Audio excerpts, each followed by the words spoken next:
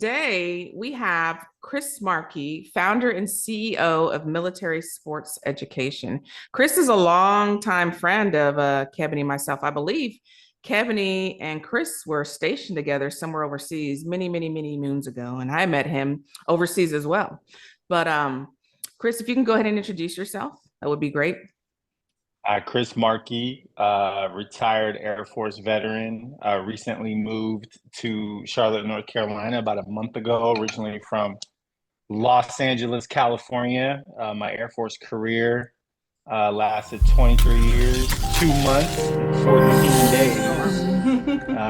It took me to, I think I had 11 assignments, 12 PCSs, 11 assignments. Spent the majority of my career overseas. Just a quick correction. So myself and Kevin were stationed together at Maxwell Air Force Base, Yes. Mm-hmm. where not only was she my first airman ever that I supervised, I was her first supervisor, obviously. Yes. Straight out of tech school, and I think I had just sewn on staff sergeant. Mm-hmm. So yeah, she was my first airman. Mm-hmm. So a lot of experimenting, a lot of trial and error. Hope I did a good job. How'd that go? It was great. I didn't have any problems. What a full circle moment, though, right? Mhm. Right. Yeah, so I love this forum. I appreciate you guys inviting me on, and let's get it. Let's get to it. First question, I mean, I know what your background was, but what were you? What was your AFSC while you were in? So I was 4YO. I was a dental tech by trade. Had a couple of little special duties weaved in there. I ran a health and wellness center. I did some MTI duty. I ran medical education and training. So I got to have a little spice, right? A little variation in my career, but I was a dental tech through most of my career, which I loved, by the way. Mm-hmm. So as we were all dental techs. I didn't enjoy so much. It's funny because I just had a dental appointment at the VA yesterday, and they always kind of trip when I know the jargon and the lingo, and I know dentistry. And so we were swapping and sharing stories, and I was never really a big fan of digging in people's dirty mouths, but I did like the steady hours. We kind of had that, 7 to 4, that 9 to 5 kind of feel, Monday through Friday, didn't work a lot of weekends. So we kind of had a normal life compared to a lot of other AFSEs, a lot of other jobs and careers in the Air Force. And the people were great. And the dental corps always seemed to kind of lead the way, not only within the medical group, but within the Air Force. We had some great people that had done some really great things, to include having a chief master sergeant of the Air Force come through the Air Force Dental Corps. So I'm really proud that I was part of the Dental Corps, and I always will be. Yeah, I think being a part of dental, I always alluded to, you have medical admin, right? All they do is admin stuff. You've got medical techs. All they do is like patient care, and then they have someone to do the admin. But dental, we take our own x-rays, we do our own admin, we clean our own teeth, we see our own patient. I mean, I can keep going. So it really helps tell you the doctors what to do. Yeah, we do everything. So it makes we're able to multitask like no other, and do a lot of things that I would say run circles around a lot of people. So yeah, I do thank dental for that, because you get to train in everything and are able to do a lot of things. So thank you for sharing that. Absolutely. Kevin, I'll go ahead and let you lead the way. That's going to be edited out, but it was a pause. No uncomfortable pauses. Right. No, I was just going to say I'm glad. I echo that same sentiment about dental. I don't think when I'm explaining it to people here in the civilian world, I was like, dental is like its own business in the we're a self-sustaining entity. Like, we have our own logistics, our own everything. So people don't kind of really get it. And I was like, no, you could be at a clinic overseas where it's 15, 20 dentists, I was like, oh my gosh, like it's a whole thing to be dentally ready. So no, I echo that sentiment. We had our own appointment system. A lot of times we had our own Yeah. separate building, our Mm-hmm. own separate, Our own most of the IT time we people were a too. squadron, I think right? about it. Yeah. We were our own separate chain of command. So yeah, Mm-hmm. I loved it. Great. They're, oh yeah, dental, they just do what they do. The medical group is like dental, they just do what they And do. they always Like, do it well, yes, so we'll leave them alone. right, right, And I think I really right. appreciated the fact that nobody really understood what we did, right? Like they knew what we did on high level, but they don't know any intricacies. So it was better for them to leave us alone. Like we got it, Right. we're good, Right. you know. We're good over here. Exactly. So one of the things I wanted to ask, what I remember about you most was that you were sharp and you were athletic, right? You were Yeah. always into sports. And so it sounds like based on what you're doing now with your Military Sports Foundation, that you're still doing a variation of that, but kind of talk about how you got to where you are now. How was your transition when you got out? Yeah, so I was always an athlete. Even before I joined the military, I was always an athlete, or I played, I think, every sport there was growing up as a kid. So basketball and soccer were like my big things in school. But I grew up in the beaches of California, so I played beach volleyball, I played tennis, I played football, basketball, like you name it. I can and probably still play at a little bit. So sports was huge in my youth. And then when I joined the military, I realized that one of the things that could kind of endear you, and it's a different culture then, I think, than it is now. One of the things that it could endear you to your chain of command was participating in unit sports, right? So the intramural basketball team, the intramural softball team. Softball was my big thing, having the baseball background. I was always involved in some sort of intramural sport for the med group, and even at the base level, I played, what they call installation over base level softball, soccer, football, all kind of things. So, and playing sports, ironically, playing sports in the military actually opened a lot of doors for my regular career, right? So having the commander or the command chief of a base know that you're a star softball player for the base team, right? They know your name, right? And that was always kind of one of those lines, maybe on one of my 1206s for of the quarter award or of the year award. So it opened a lot of doors that helped me advance in my career just because I played sports. And I'll tell you a funny story. So do you all remember Chief Master on Air Force Rodney McKinley? I think he Yes. was number 15. Mm-hmm. When I first got to Ramstein, I was playing intramural softball with Chief McKinley, and at the time he was the wing command chief, but he was on our team. So you fast forward about 3 or 4 years, and now he's the chief master sergeant in the Air Force, and he's doing a tour through Osan, and I have this little tiny office in the dental clinic, and they're touring him and his big entourage and the medical group entourage, and they tour him right to my little office, Tech Sergeant Markey, and Chris, how you doing? Right? We dap up, shake hands. Hey, Chief, how you doing? And so you've got colonels and chiefs and all these people in the entourage are looking at me like, how's the Chief Master of the Air Force know this tech sergeant dental guy? Sports, right? That was the connection.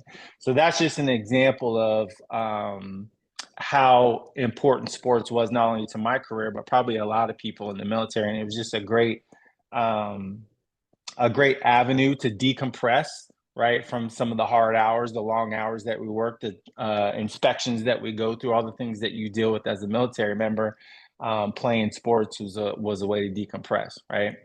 Um, and how I got to establishing the Military Sports Foundation is I saw a huge transition from the start of my career to the end of my career with funding in military sports. When I joined the Air Force in the early 90s, if you were a part of a unit sports program or even the base team, everything was fully funded, right? Whether it was the unit or whether it was the base.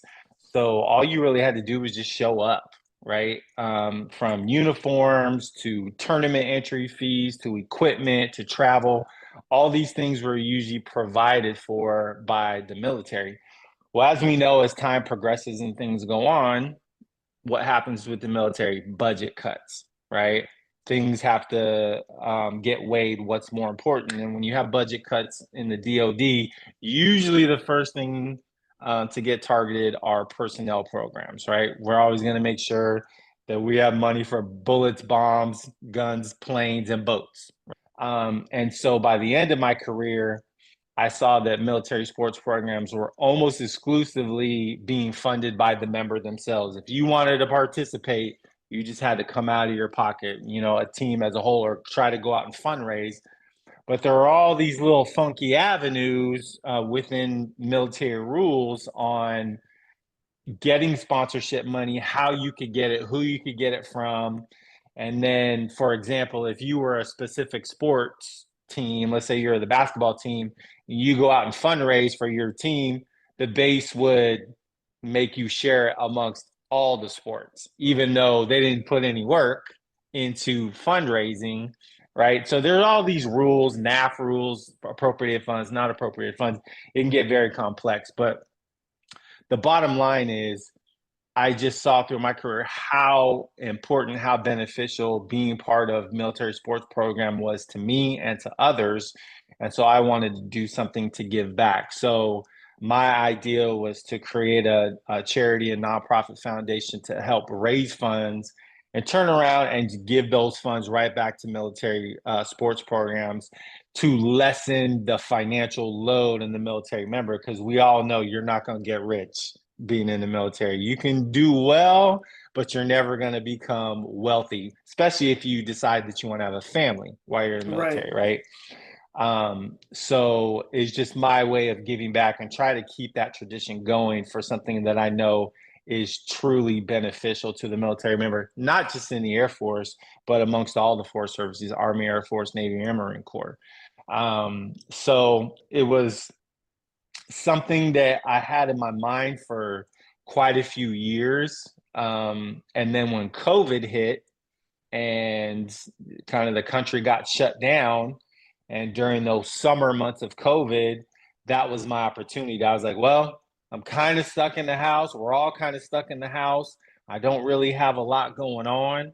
I was like, now it's maybe a good time to like tackle this project and get this thing going. And that's what I did. I had a lot of time to do a lot of research to get this thing started. I learned a lot of hard lessons along the way of starting a nonprofit, but that's when we officially launched was August of 2020. And I would say that we've been successful. We probably haven't hit all the marks that I've wanted to hit, but we have helped a lot of people over the last 2 to 3 years that we've really been running strong. So I'm proud of the work that we've done. There's a lot more work that can be done and that'll get done. But it's a passion of mine and I love it. And the best is yet to come with it. Can I ask, so how do you get sponsors how do you collect funds to help these military members? How do the military members find out about you? Yeah, so those are all great questions. So when I first started this, my naive thought process was, oh, people love the military. Americans love the military. They love to support the troops, and they do, right? But when it comes to giving money, right, you still have to offer something. In my naive thought process, I just thought, oh, I'm just going to start this nonprofit. And when I go tell people what my mission is, right, money will just fall from the sky because people will just look at it and think, oh, I'm supporting the troops. Oh, absolutely. And it's a tax write-off for me and my business or my corporation.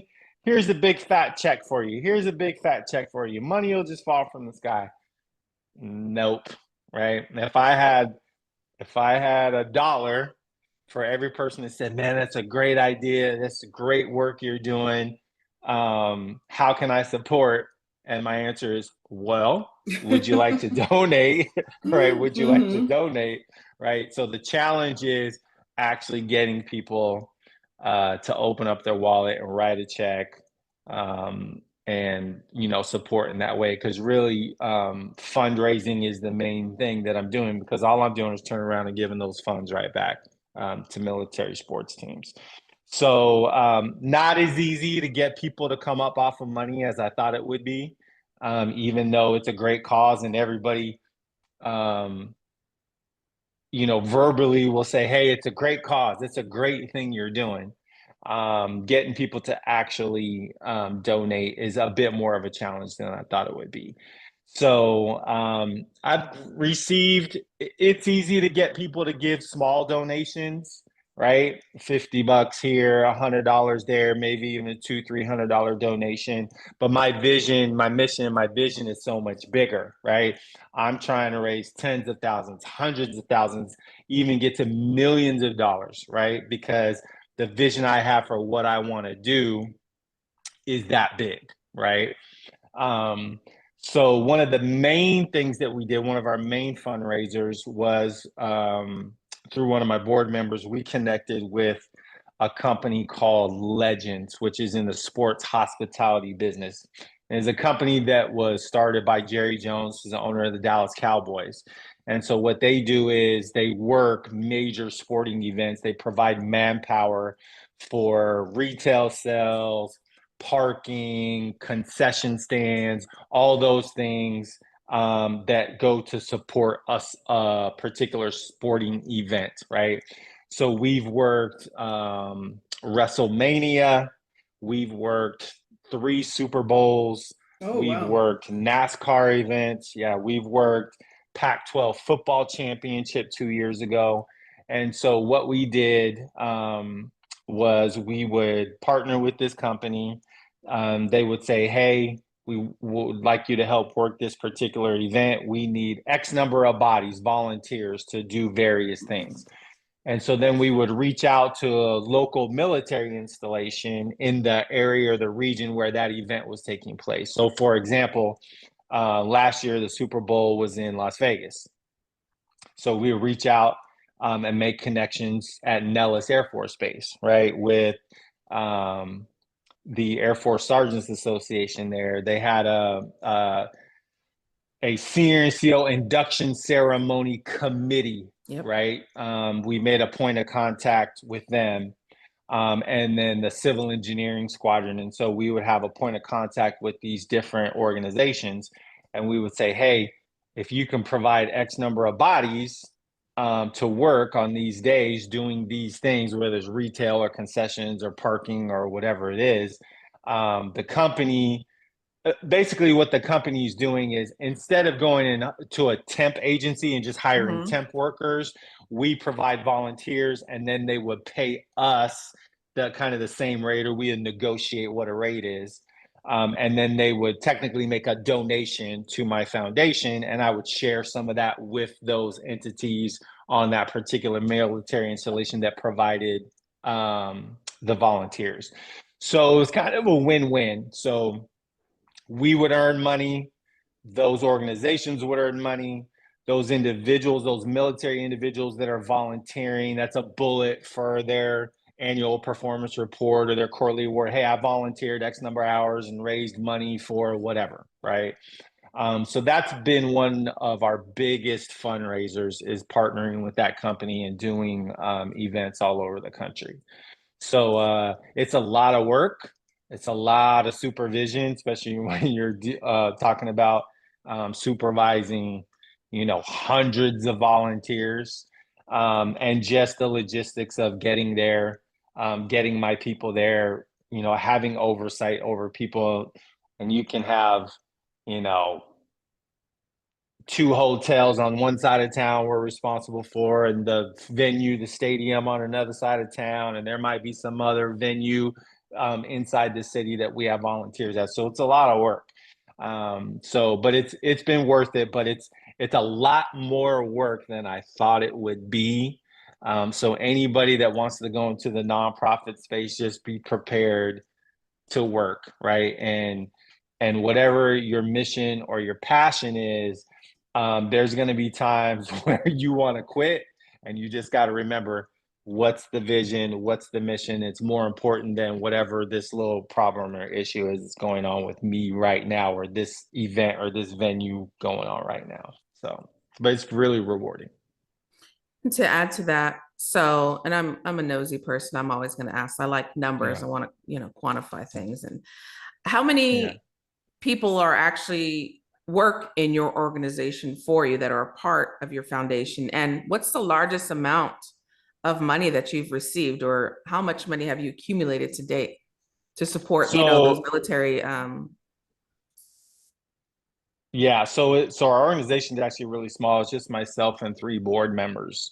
And one of my board members, her name's Andrea Lindsay. She's really good at organization and event planning and event coordinating.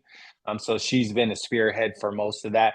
And she has a small team of folks that help her at those particular events. Um, so I would say over the last really 3 years that we've been going strong, we've probably raised over $100,000 in total over 3 years. wow, that's pretty So good. yeah, it's a nice amount of money. I want it to be more, obviously, Yes. because I'm looking at, my vision is so big.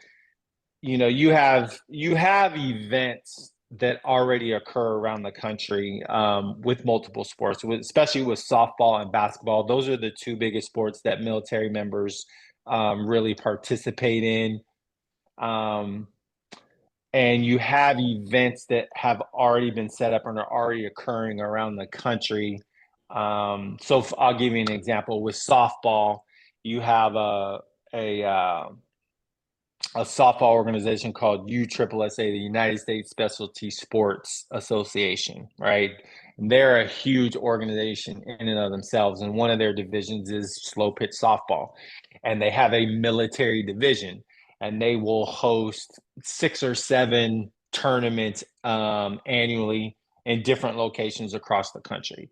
And there's military sports teams, both men and women, and co-ed, over 40, over 50 teams that will participate in these tournaments, from Texas to California to Florida to Georgia. I think there's one out in Dallas as well. So those events already exist, right? And so right now, what I'm able to do is maybe pay an entry fee for a team, or buy some uniforms for a team, or maybe give X number of dollars to the awards package that tournament is giving out, right? My vision is I would love to be able to one day, at one of these huge events where there's 100+ teams. So you're talking about, there's probably 10,000 people participating between the players and bringing their families and their kids and all that stuff. I would love to be able to contact um, the tournament director and just say, hey, I'm covering everybody's entry fee, right? All the teams have to do is just show up, right? Or at some point, even just create an event, right? Like, here's going to be an event, here's going to be a tournament, there's no entry fee, there's going to be an amazing awards package. Maybe even go to a hotel and just say, hey, I want to buy out this entire hotel for a weekend, right? And just tell these teams, all you got to do is get to the city. All you got to do is get there. Your hotel's paid for. There's no entry fee, right? To be able to do those things for our military members, that's the vision that I have, but that takes a lot of dollars. It takes a lot of money, but I'm going to get there eventually. So that's my vision, right?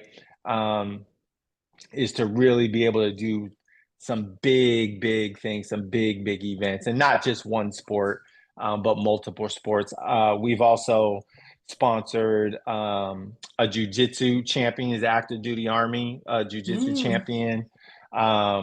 We have sponsored a tennis player, and we're actually also kind of pivoting now towards helping family members, which was always part of our mission statement. I left it kind of broad and vague, so it's not just active duty service members. I want to be able to help the military community as a whole, so active duty veterans and their families. I've sponsored a couple of high school athletes for their sports package for whatever particular sport they're playing in high school.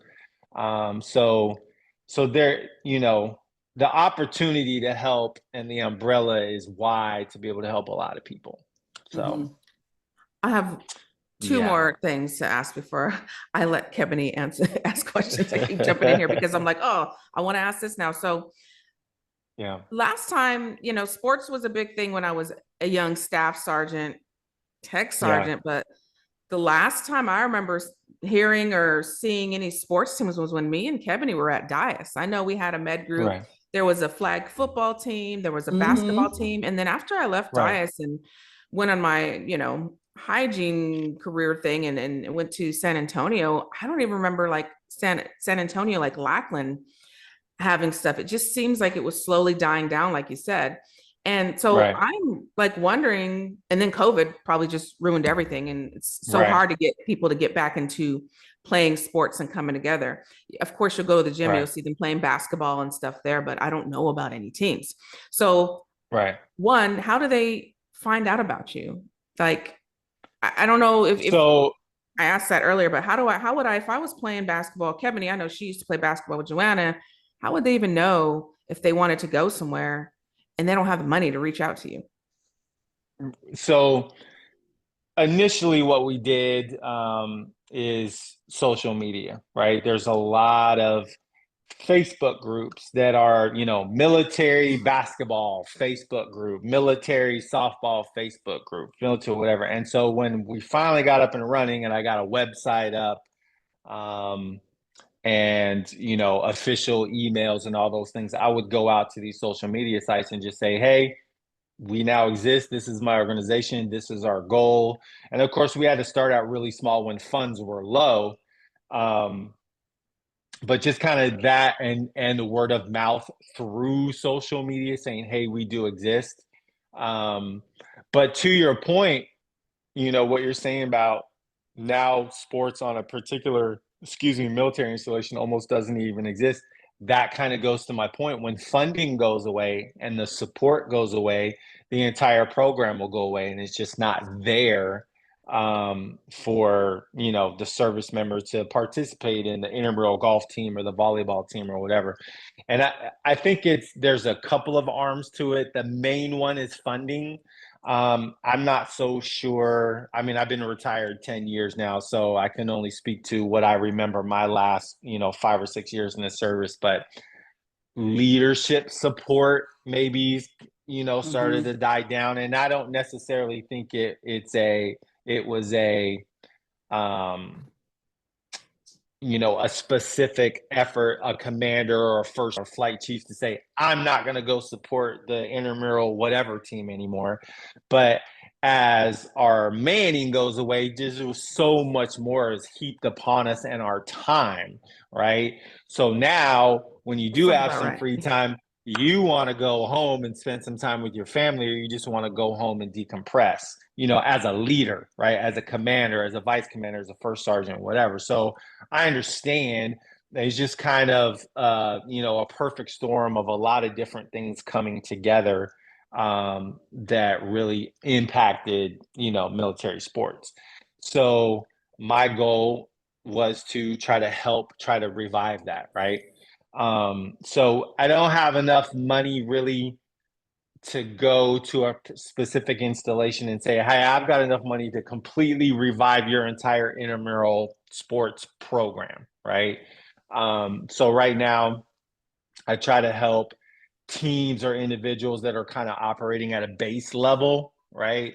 There's a little more visibility, and hopefully that trickles down to a more local or a unit level. Yeah, those are the only ones I was thinking of, like, the ones that are highlighted at the base or at the Air Force level, or people that are coming in that are still doing those sports. They got the I don't know what they call it, the shooting team, and then the guy that was one of our guys, our dental guys, they highlighted him. He was a runner. And we went and put him on the Air Force. I don't even marathon team, probably. Something like that.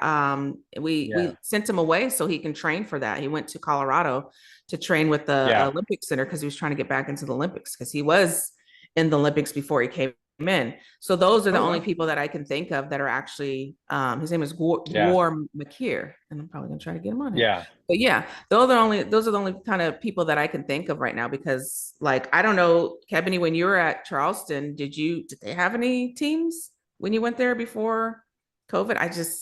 Yeah, but I Yeah, the digress. only thing I'll I leave it had to heard Kevin. of was some Yeah. intramural football.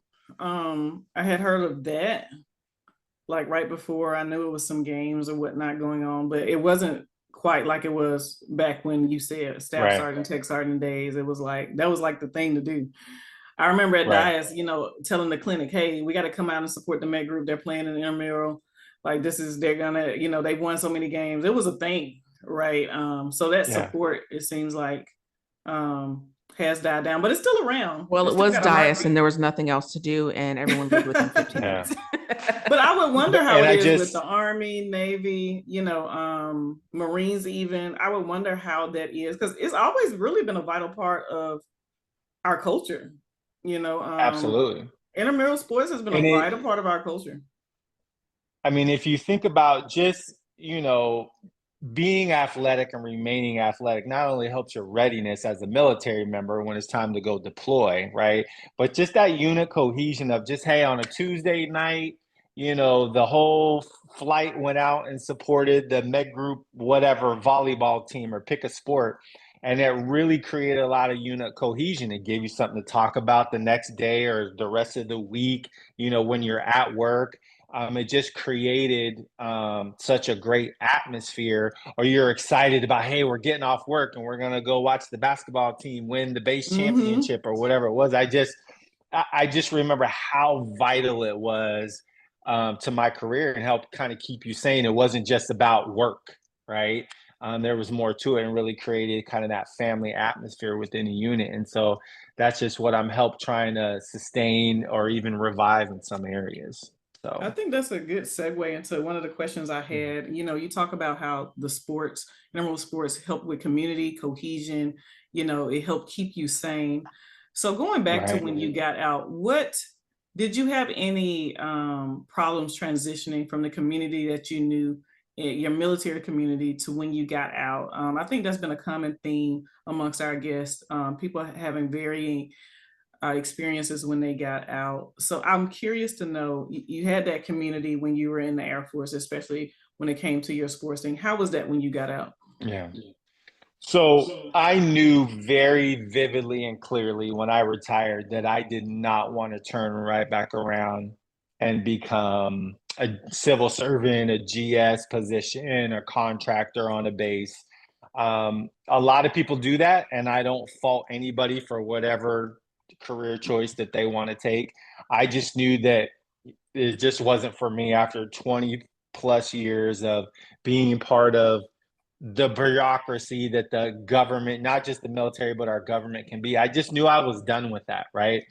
Um, because I had put myself in a place financially where I didn't need to jump right back into a career. And I always knew when I retired, I was going to take a year off and I was just going to do what I wanted to do, right? And that's what I did. At that time, so we're talking, I retired 1 October of 2014. And so that following summer, the summer of 2015, I was still big into playing slow pitch softball. And I was playing at a really high level with a travel team that was fully sponsored. And we traveled all over the country and played. And so I really spent that first kind of year just decompressing, learning how to sleep in, right? I remember my first month of retirement. I was still getting up at 5 o'clock in the morning. I'd go to the gym, come home, shower up. I'd run, go take care of some errand. I'd do some project. And next thing you know, I look up and it's 10 a.m. and I'm kind of done with everything I needed to do that day. And I had the rest of the day. And I'm like, what am I going to do for the rest? I did Hmm. everything. So I had to slowly learn how to sleep in, right? You don't have to get up at 5 a.m. Learn how to wake up at 7 or 8 o'clock or whatever. And then I kind of picked like one thing a day to do, right? And that would fill out my whole day. So I really spent a year just decompressing. Um, and from there, after a while, you kind of start to get bored, right? It's like, all right, I need to really find something to do with my life. I knew I still didn't want to go back into a corporate setting, especially a military corporate setting, like I said, like a GS position or a contract position. I had zero desire to do that. I said, what am I going to do? Am I going to start a business, right? Am I just going to go, get some little part-time job to give me something to do during the day? Um, and that's when I really started looking at officiating, what I do now as my career. I had a buddy of mine, a military buddy of mine, who had been into basketball officiating for decades, and he had been telling me about it forever, right? You need to think about this. You need to get into this. It's really rewarding. You can make a lot of money. And he was working at a pretty high level. And I was always like, whatever, man. I'm still busy playing my all Air Force sports. And I had a pretty good career in the military, playing at the all service level. I made the all Air Force sports softball team 8 times, won gold, 5 gold medals. Really had a really prestigious career. And I don't take anything away from it, but how was that really going to serve me after retirement, right? It's not like I was going to become some major league baseball player, right? So, so I found a local high school association. Um, this is when I had moved back to Montgomery, Alabama. So this was 2016. I found a local high school association to say, hey, I'm interested in getting into refereeing. And they're like, all right, you're going to go out and do these little kids. Buy you a little black and white shirt and a whistle, and you're going to go out and do these little kids. And that's what I did. I showed up at this elementary school on a Saturday morning. And these little, 7 or 8 year old kids are running around. They barely know how to dribble the ball.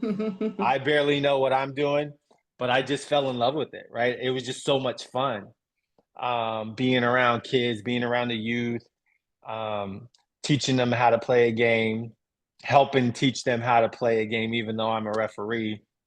And I just fell in love with it. And oh, by the way, you're going to pay me too? You're going to pay me to do this? So that's really how I got started with officiating at the high school level. And every time you talk to an official, a basketball referee, and we use the term high school, it doesn't just mean high school. It means everything associated with youth basketball. So that's elementary school, middle school, junior varsity, and varsity. It's all encompassed into the term high school, right? Mm-hmm. So I started doing high school basketball. And I just kind of worked my way up because you have to become proficient. You have to learn the rules, right? You have to become a master of the rule book. And then we have this thing called mechanics, which is how we do what we do, how we move around on the court, where we're supposed to be, what we're supposed to be looking at, what we're responsible for. All our hand signals, all these things are encompassed in this term that we call mechanics. And so you just have to become proficient in the rules and the mechanics. And so slowly over each year, over the seasons, I just got better and better and started to move up. I get bigger games, bigger, varsity games. I started to get that Friday night, 2 big rivalry schools. I'm Mm. now on that game. And then eventually, I decided that I wanted to give college basketball a try because I was told through all my mentors and associates how much money there was in college basketball. And so about 3 years after I started officiating, I went to my first college camp, and got hired. And I started doing lower level college, so junior college basketball, Division III basketball. And then the same thing, I just kind of worked my way up right through Division II, and then eventually got into Division I, where there's a lot of money to be made. I'm still kind of shocked at how much money I make for what I do, right? Not that it's not important, but I'm like, man, I'm running up and down the court blowing a whistle, and you're gonna pay me how much to Hey, do you know this how much they game? make on those ticket sales and those jerseys and Right, Mm. right. Yeah. So I've really turned it into a real career. Um, I make more money. Um, my basketball income is now more than my military retirement income. So if all my military retirement income went away, I still have a six-figure income, right? Just refereeing college basketball. So I absolutely love it. It's a passion of mine. It's complete, 5, 6 years ago, if you would have told me that Chris Markey will probably no longer be playing slow pitch softball, I wouldn't have believed you. I was like, there's no way. This is something I'm gonna do till I'm 70, right? Like softball was kind of part of my persona. It was part of my image. It was everything to me. And I'm still around the game, and I'm more of kind of a sponsor now. But I love officiating so much, and you can hear people say, like, you have to find your passion and turn it into a career. And I used to think, and it was real easy being in the military too. You think, yeah, it's easy to say, right? It's easy to say that when you're rich, right? You made your money doing whatever. It's just something you say. um you're just talking, but I really found something that I really love and am passionate about, and it is also my career. So it's really fulfilling, um, to be doing something that I love doing. It doesn't feel like work, and I make good money doing it, right? And it's something that I'm proud of too. It's something I can say that I do that I'm proud of. My work I'm proud of. I don't think everybody can say that. They may have some job doing whatever, but they may not be proud of what they do. It may pay the bills, right? But are you proud? Like when people ask me what I do for a living, I'm proud to say what I do and talk about it, right? So it's just a great feeling. I have a small window to do it because just like athletics, it's not something that I can do forever because it is physically tasking, right? So I probably have about another 10, 12 year window to do this before I'll probably be too old to do this. So I'm just enjoying the time that I have. But I really love it so much. So really, to answer your question, my journey is probably different than some folks when they retire. And I honestly really feel like the decisions that people make when they're retiring or as they're transitioning, I think a lot of it, I would say 90% of it is really finances, right? Where are you financially in your life to be able to make a decision to do what you want to do? And I always say, financial freedom brings real freedom. And I had been fortunate enough to put myself in a position financially, like I said, that I didn't have to jump right back into work, and I could kind of explore, right, and not be rushed into finding some sort of income source because I was fine where I was, right. And that's probably a whole different discussion for a whole different podcast, right, about being financially stable and smart while you're on active duty. So when you retire, because retirement itself, just the transition is stressful enough, right? Just leaving the military, let alone trying to find a job, right? Let alone put a move in there, right? A PCS, or you're moving from one location to another. It can be so stressful that you don't want finances. You want finances to be able to help you make that decision instead of forcing you to make a decision. You know what I mean? So, but yeah, I love it. I love what I do. I don't know if I'd be wanting to do anything else than refereeing basketball. It takes a specific personality though, because we get a lot of grief, right? I get a lot of folks yelling and screaming and cussing from the stand. Some of it's funny. A lot of it, you just have to not have rabbit ears and just ignore it. Sometimes people can cross a line, and when they cross a line, and I just say, "Hey, Mr. Policeman, can you please take care of the man in the green hat and the white shirt?" Right? Because he's not here to watch a basketball game. He's here to do, he's here for other reasons, and sometimes, unfortunately, we have to do that. But yeah, I love it. Love what I do. Thank you so much for sharing all that. I mean, we didn't have to really ask any questions. You have I know. a This whole is amazing. story I for kept us. thinking it. It's exactly what we were looking for. So tell me, all the questions. I mean, one of my last things is, what's your website? Where can we look and find your organization if people wanted to support you? Yeah, so it's www.militarysportsfoundation.org. I know that's long, right? I'm like, If it was up to me, if it was up to me, my website would we need to be shorten it. msf.org, right? But msf.org already belongs to somebody else, and they didn't want to sell the domain to me. It's some wildlife foundation over in Switzerland or something like Oh, that. come on. So it's militarysportsfoundation.org. And people can email me at cmarkey@militarysportsfoundation.org. Yeah. And All right. please give. It's for a great cause. Uh, Kevin, do you have anything? yeah. Any last thoughts, questions? No, I thought this was a great conversation. I appreciate you coming on, Yeah. and I'm glad that you talked about the finance piece toward the end of this. One of the things that I tell people when I'm mentoring or I'm talking about getting out, I was like, how are you financially? Yeah. Right? Like that Right. is so important, because if not, you're going to be forced to do something that you don't want to do. So I kind of preach that Right. to everybody, all my friends. Anybody that they're asking me about retirement is like, get your money together. Have you been saving? What does your debt look like? You don't want that to be the thing that drives you into doing something that you don't want to do. So Right. I enjoyed Right. hearing about your journey and how you went from really one community to another, right? Because of the foundation you Right. laid while you were in the military. So it was good to hear, in a different path. I don't hear about Yeah. this often, No. Yeah. right? So And it's interesting that you bring that up, because just like the military, we're kind of this subculture of American society. Only we kind of understand what we've been through, serving together, especially not only just being in the military, but maybe being stationed at a certain base together in some certain country together, right? Within basketball, we're kind of our own little subculture of American culture as well.